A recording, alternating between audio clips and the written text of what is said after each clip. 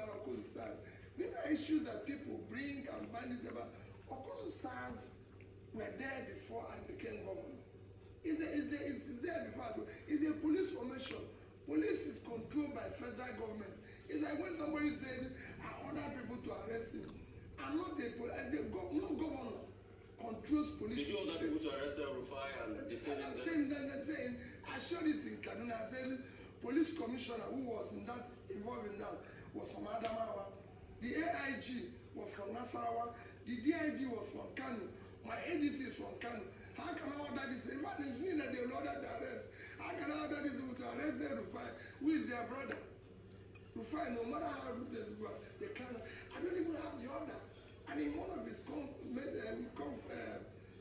conversation, he even said the federal government. I was visiting to my local government. Ruben knows what I'm talking. I was visiting to my own local government. So how can I be ordering for them to arrest him? For what? Okay, Mr. B, big problem that we face now, inflation. 20.77. Even China, with all their debt and all their dictatorship and all of that, they just finished a conference of the Communist Party. They've been able to record some growth against all expectations. If you were to become the president of Nigeria, what are you going to do about this phenomenon that I refer to as a pandemic of empty pockets? Because some of us, we are suffering from it. Between 2015 to 2022 now, we are facing the pandemic of empty pockets. We even maintain girlfriends for people who have girlfriends, not wives. It's a problem. Maybe you have an experience in that regard that you want to share with us. I'm happily married and maintaining my wife is becoming a difficult. So not that another one would be I'm just happy with my wife. Okay, no problem. But let me tell you, Ruben. I said that the issue we need to deal with, if you're going to deal with the issue of inflation and issue of rising exchange, you must deal with two issues: physical rascality and production. If you deal with these two issues, you start bringing down your inflation. Today, your food inflation is 23%. With this flood, quote me, it is going to be far worse. These are issues you need to deal.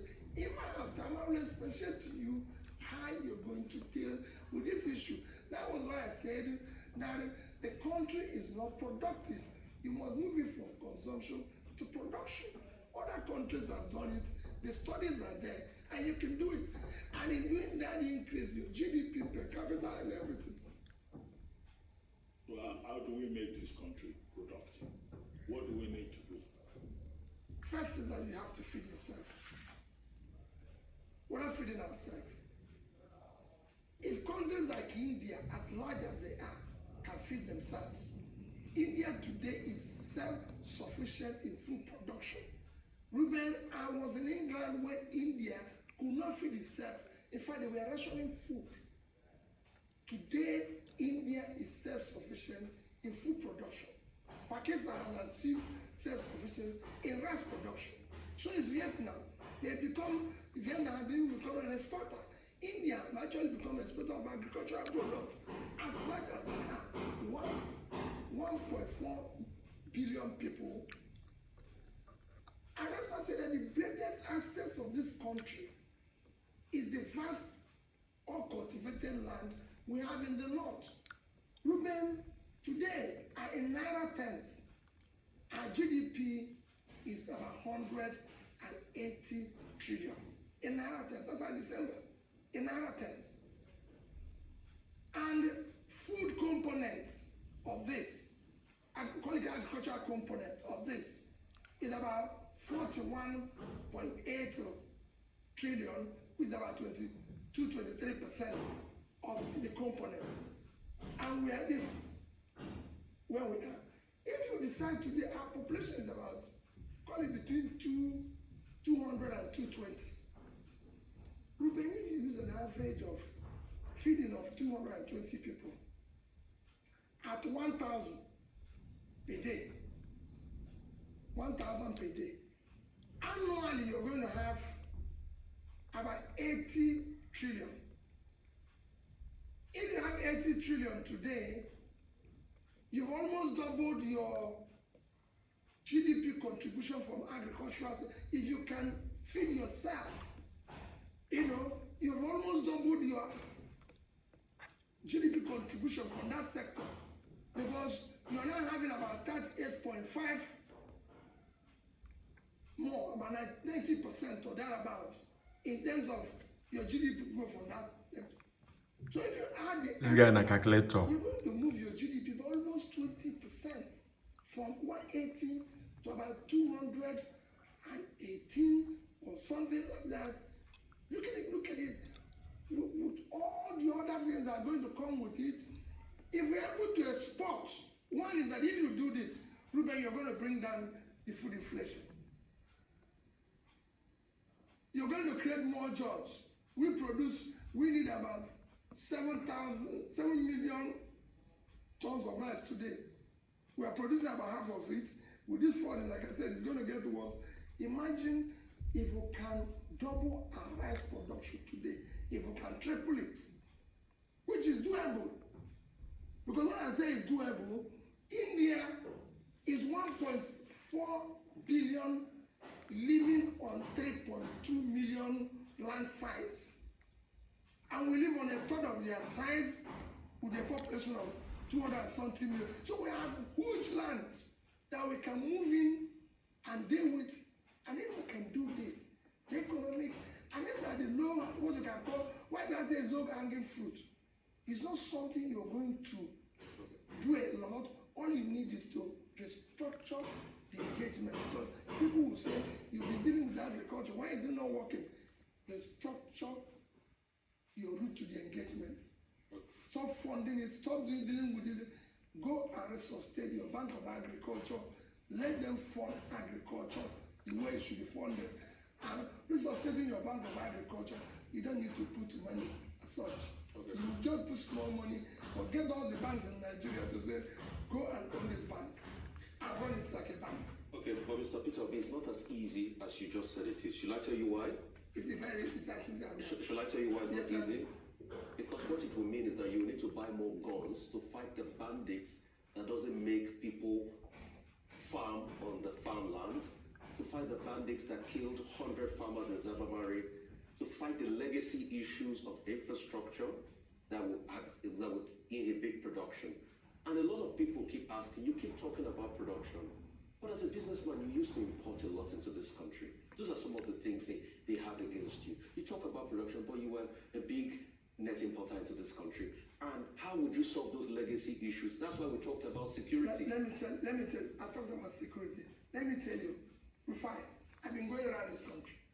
I visited 5 prisons. And those in the prisons know I came to talk to them. And I can invite you to go to one with me. I've sat down with, where I go into a prison, and there were, Ruben, 1,000 persons. And I interviewed 100. Why were you involved in kidnapping? I have no job. Why were you involved in I have no this? Why were you kidnapped? I have no. And he said to them, so how much were you paid in the last operation? Rufai, you won't believe it. 30,000. 25,000. 100,000. What it then shows that if these people can have steady income of 50,000, they won't be involved in that. The more you put people out of poverty, I said it repeatedly, the more you reduce criminality. We have these things in Brazil. I can show you countries where it's been practiced. All these agitations on criminality, we're all over the place in Brazil. Until Brazil decides to do what I'm telling you now, investing in these people.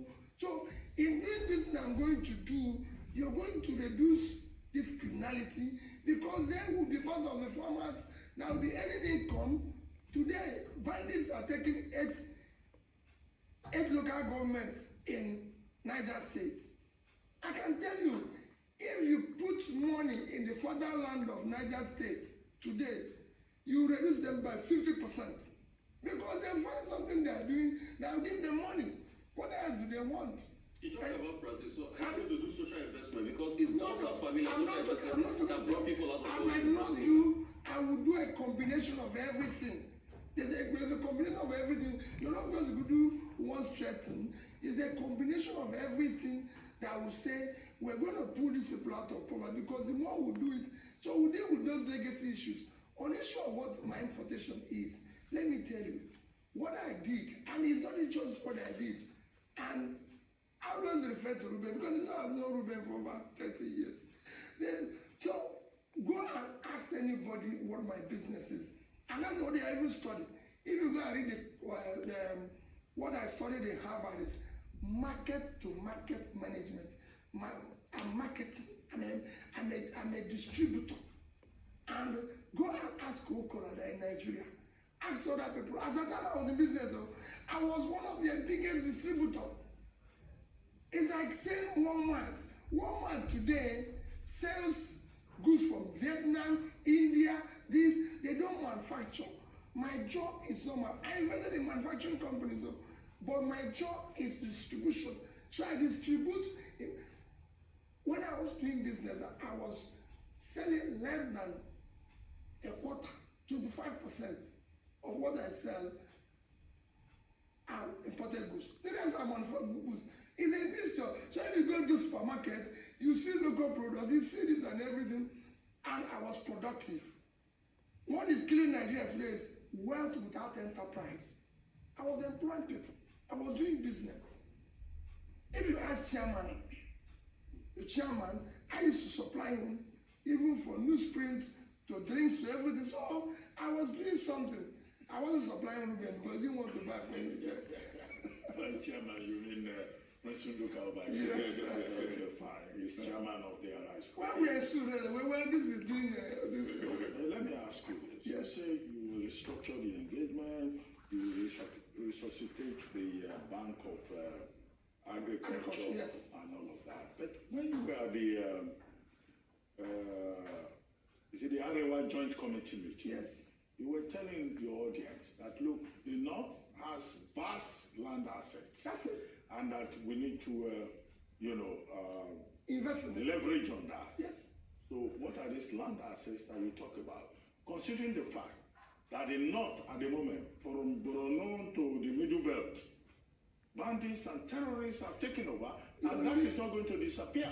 Because there are people who say that this administration has not been able to address that challenge. How are you going to address that challenge? I said it. I'm only going to say the same thing. There's no way the reason for, if you study, out of the 10 poorest states in Nigeria, 9 is in the north. You have to ask yourself, what is fueling this banditry? It's attributed to a lot of things, but the major one is poverty. Ruben, the more you put people out of poverty, even Jamaica, a country like Jamaica use sports. There's a variety of things you can do in this country that are low hanging, even sports. We have a lot of, if you put small money in sports today and train our youth who are eager to do all sorts of sports, you're going to start reducing criminality.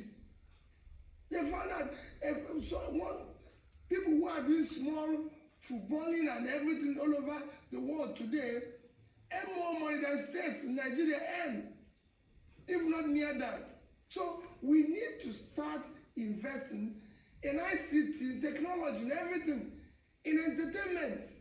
There's so many things we can do to start pulling these people out of poverty. The more we do it, but why do I say about agriculture? Ruben, I've shown you, if we can feed ourselves today, and export a little bit of agriculture. I'm not even saying just that we're feeding ourselves and we export a little bit of it.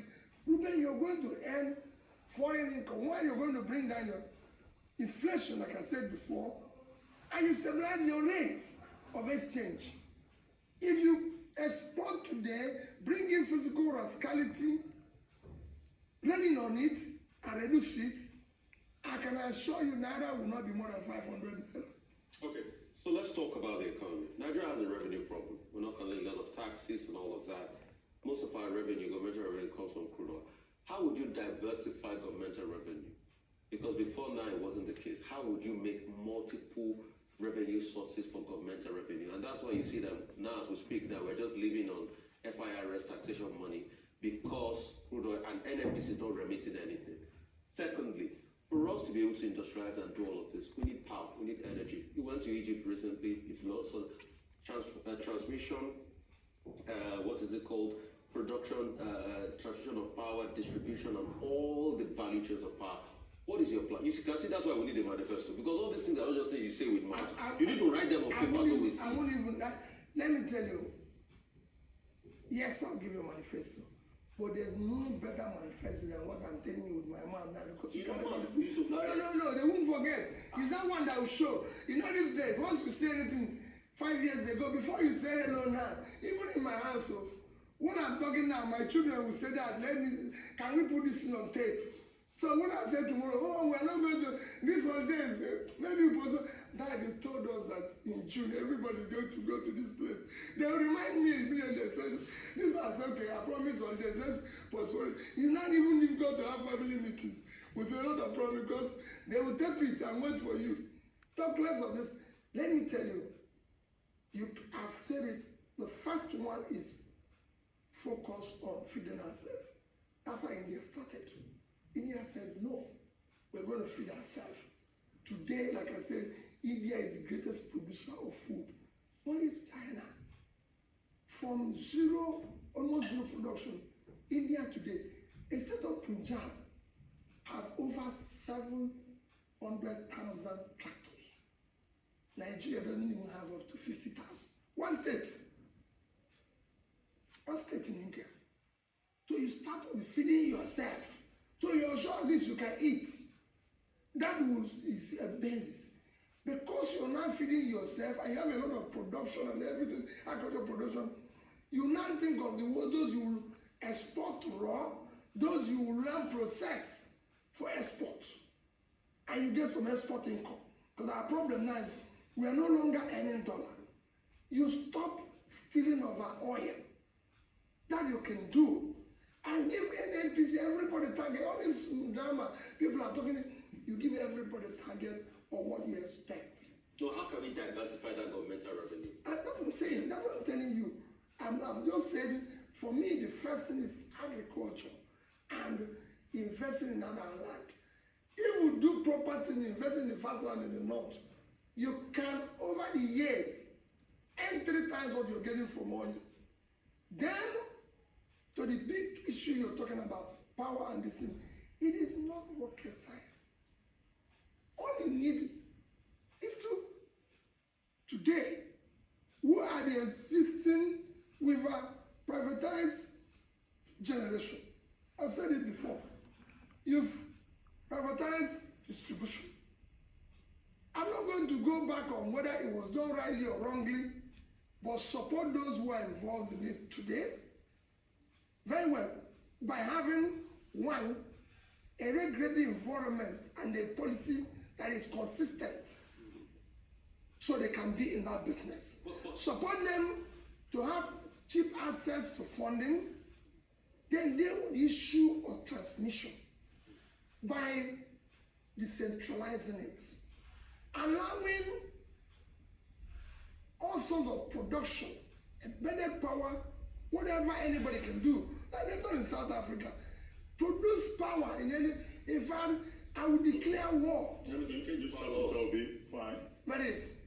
We need to change the constitution to make sure To do that. the power, mix is not on the exclusive list.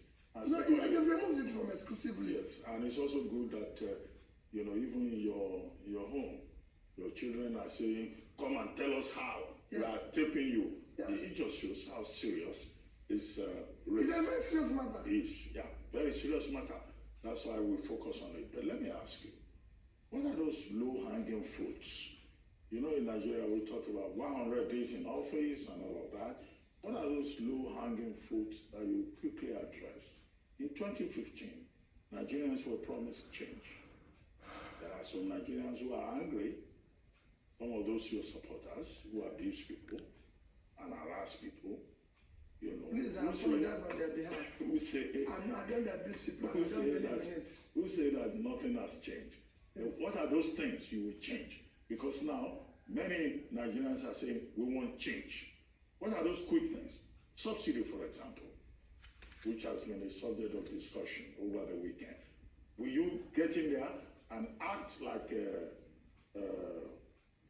William Ruto in Kenya and just remove subsidy immediately? Or you will also say, oh, it will be phased withdrawal. We have to go step by step. Ruben has said that subsidy in Nigeria is organized crime. Repeatedly. By that I mean that 50% of it doesn't exist. And there's studies that prove that. Ruben, we're about 220 million, like I said, between 210 and 220 million. Pakistan is about the same size. There's no way we can be consuming about 66 million liters of fuel daily when Pakistan is consuming about 21, 22. And we're the same population. They have more roads, from my own little studies, than we have. They have similar number of vehicles. So what are we doing with the extra? So if they are doing 22 million, how can we be doing 66 million? These are things that is worrisome. That's the things we have not to look into. So by the time you remove this, you find out the quantity you're dealing with is less. And then you ask yourself, is it better for me to go? That's what Nigerians want to see. Is it better for me to still put, well, today, let's say the budget, we are told that it's going to cost about 6 trillion because half-year budget next year is 3-point-something trillion. That means the full year is going to be, call it 6 trillion. So by the time you remove out of that 6 trillion, you remove maybe 3.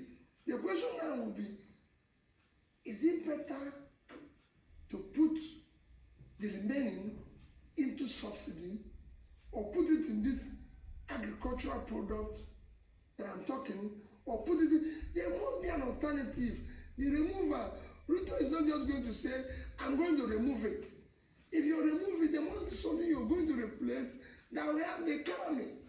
Now, by the time you're telling people, we can't continue with this, we're going to remove it. And I'm promising you that within the shortest possible time, we're going to have local refining by all, whether it's modular, whether it's this, even though they say they are refining illegally. I said, I'll bring them and say, okay, you're illegal, you're no longer illegal. I want you to be legal. What can we do to make this your business work? Because if we make it work, they will be able to employ labor, we'll be able to tax them, we'll be able to generate more revenue. If I talked about revenue, to generate more revenue is that we allow people to create wealth with enterprise. And we encourage them. Government we don't have enough revenue because we have people living in poverty. I've always talked about micro, small, medium businesses. Today, according to records, there are about 39 million, so you can come about 40 million.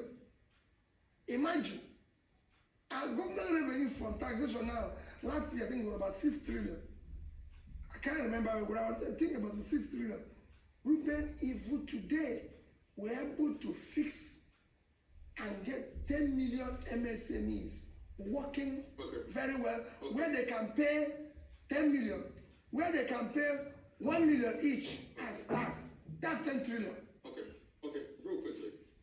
But you're doing all of this and you're running on Labour Party and you know Labour's view that subsidy should not be removed. No, it's not their view. Their view is that you have to explain the other benefits. Okay. They don't want it removed because people have seen things removed and nothing came from it. People have seen privatization, and nothing came from it. Okay, so they want honesty. So real quickly, the two questions I'd like to ask you real quickly is, we are talking about how to make government revenue quickly. Agriculture you talked about is not, is not easy turnaround. And disclaimer here, I've got a degree in animal physiology, so I know the agric value chain. I can tell you that You have over 50% post-harvest losses. All right, crop production, you still need to add value to be able to make that quick revenue. So it's not as easy as that. So how would you do that? And secondly, 9% of Nigerians are the only ones that have access to drinking water, pipe-borne drinking water. Water is still a big problem in Nigeria. Only 80 million people out of a population of over 200 million have access to pipe-borne water. What would you do as regards that? They tried to push a water bill recently. A lot of people reported it. We need to get a definitive answer on drinking water. Most Nigerians can't open their tap and drink pipe-borne water. Rufai, if you look at what I've been saying, I didn't promise that if I come in, everything will change overnight. Okay. I'm not one of those who promise cross things. We will start somewhere. What drives the economy and people is hope. We have to start gradual solving. That was why when people say 100 days, I said, you can't solve it in 100 days. But I'm going to give people hope. For example, there are things that promise that will be immediate. We will stop stealing of government money. Because I will be charged. So those who are going to steal it will meet what they didn't bargain for. That one can be immediate. We can remove, like I said, the issue of subsidy. We know what will happen, like he asked whether I will do what. Yes, because we show the people the alternative. But we're not going to tell you, I'm not going to tell you I'm going to give you pipe-borne water immediately. No. I said we are going to start in with, I agree with you that even agriculture is not something you solve overnight. We will start. And I can assure you, if we can increase it within the shortest possible time, is our power. Egypt, Vietnam, India doubled their power in 5 years. It can be done. And I studied what they did. Egypt, India was able to move from being starving to feeding themselves in about a decade. So it can be, that's how things, the land is there. Nobody's, it's just a question of changing, like I said, your route to engagement. It is no longer one Ministry of Agriculture will be involved in this and this. They are farmers. I know as I've been part of financing the biggest rice milling in Nigeria. Umza. You shock you. It generates its own power from one of the waste. Yeah. So it's Rice waste power. thank you. So if somebody and he's saying, I don't have money to give to the growers, I don't have money to do this. So these things can be done as quickly as possible. If you have your Bank of Industry capitalized today, give it the support and everything, just like industries. In this foreign situation, just like I was saying, in this foreign situation, there's so many factories that went on in Onitsha and everything. There's things you can do. When I say federal government should intervene in flooding, for example, people say, I said, listen, that's why we're in a federation. You can't leave going off Bayelsa, going off Rivers, going off Anambra, going off Edo. You see Okowa, all these people running around all over the place. They're doing a lot. Means we have the fatherly figure of federal government comes in. That's what you see in America. When there's things that happen, the president moves in, declares emergency, bring their way to bear. You don't just leave them. They have not seen that. That's why you are in a federating unit. During COVID, America brought money and shared to people, not the states. Because that's why they're in a federating unit. On this note, Mr. Peter Obi, I think we should let you go. I still have other questions I would have loved to ask you. Maybe on we'll discuss security and other issues. But I hope that other candidates of the other political parties will make themselves available as Mr. Peter Obi continues to make himself available to us for interrogation. We have spoken on this channel with the candidate of the People's Democratic Party,